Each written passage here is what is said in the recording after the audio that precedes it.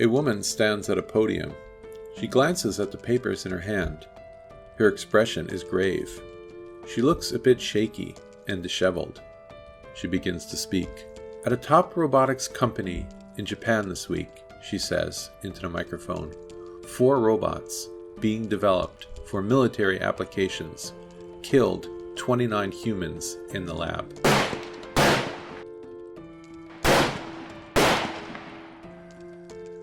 Welcome to Hey It's a Great Life. Before we start, hit the like button. It's free and will help this channel to grow. Here we go. The scariest part is that lab workers deactivated 2 of the robots and took apart the 3rd. Her voice creaks as she speaks, but the 4th robot began restoring itself and somehow connected to an orbiting satellite to download information, but how to rebuild itself even more strongly than before.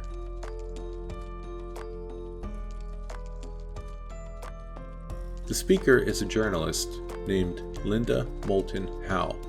Howe won awards for her work at Denver, Atlanta, and Boston television stations in the 1970s and 80s.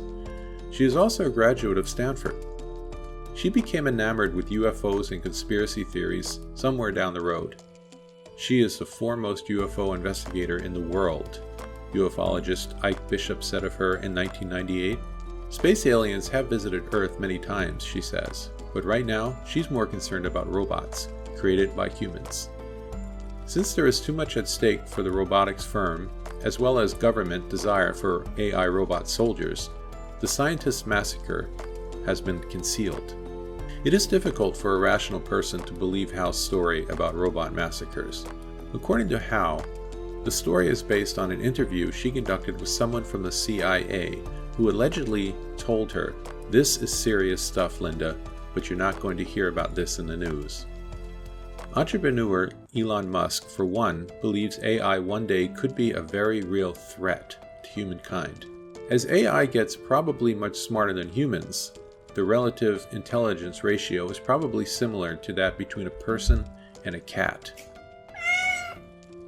Maybe bigger, Musk said recently. I do think we need to be very careful about the advancement of AI. Killer robots sounds like something from science fiction movies, but there were quite a few incidents of death by robots that actually happened in history. Here is just one example. Wanda Holbrook had worked for 12 years as a maintenance technician at a car parts manufacturer in Michigan called Ventura, Iona, Maine.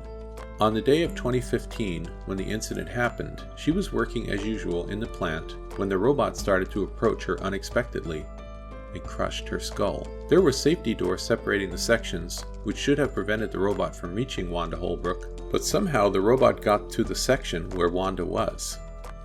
Wanda was working in either section 140 or 150 within the 100 cell, when a robot from section 130 took Wanda by surprise, entering the section she was working in.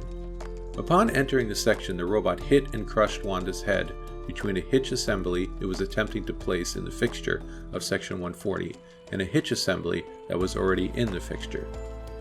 When she was discovered later in the plant by her co-workers, she had already expired. Thanks for watching. If you enjoyed this video, please hit the like and subscribe button. Leave a comment below, let me know what you think.